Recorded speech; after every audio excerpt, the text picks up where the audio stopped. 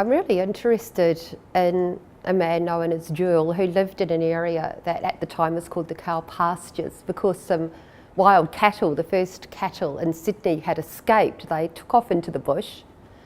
They were not captured, and years later a massive herd of sleek black cattle was found miles from the colony by some escaped convicts and then reported back to the colonists. And in this area called the cow pastures, several different groups of Aboriginal people converged. So it was a kind of shared space where people came together, but there were some tensions between the groups.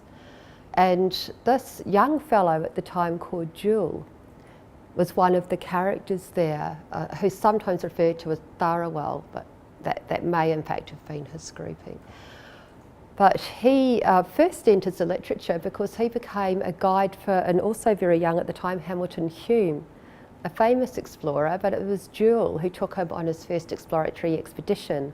So a lot of these famous white explorers who discovered new lands, in fact, made their discoveries by dint of Aboriginal people who long since knew the pathways and sites, taking them there.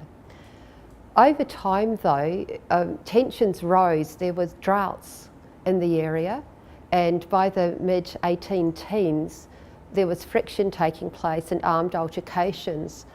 A preliminary investigation actually found that the blame sat with the colonists, but not a lot was done about that. Ultimately, towards the end of his term as governor, the governor, Lachlan Macquarie, ordered out his absolute top troops from Sydney. He separated them into 3 different groups and sent them out in a punitive expedition against Aboriginal people in that general area. He gave them orders that are written in his own handwriting and can be read in the archives here in Sydney still, and he instructed his crack regiments to find Aboriginal men and to hang them from the trees. He wanted their bodies to be left there to be a visual example to other Aboriginal people and to deter them from attacking colonists any longer. He also wanted children captured and brought into Sydney so they could be put into the native institution at Parramatta and be trained in European ways.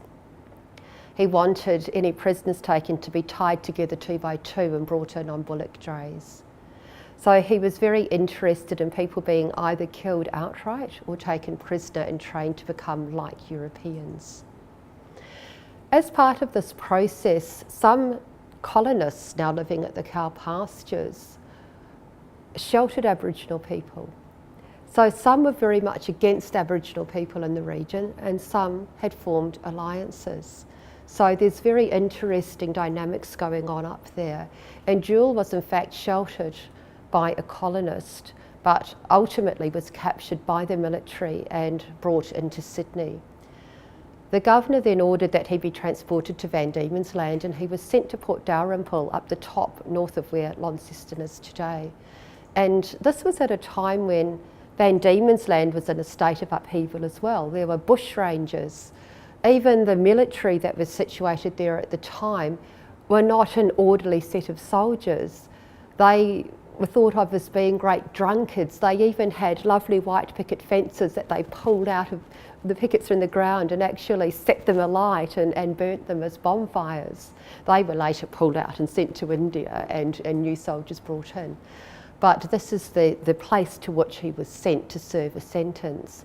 He was later recalled a little bit shy of the period for which he was sent, and it seemed it was because he was wanted again to be in fact an expedition guide.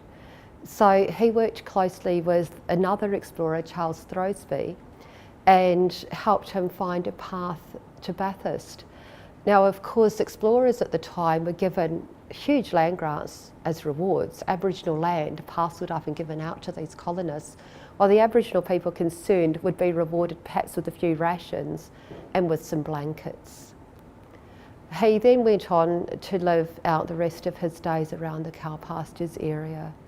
In the Australian colonies, sometimes Aboriginal people were given brass breastplates, and they were fashioned along the lines of a military gorget. So this is almost like a half moon shape hung around the neck on a chain with words actually engraved into them, and they could be given out for a number of reasons, sometimes to recognise a heroic act, Sometimes when people were acting as emissaries of the colonists, a couple were given to Aboriginal women in Van Diemen's Land, for example, at a time of great unrest where Aboriginal people were at risk of being shot on sight, to show that they were emissaries.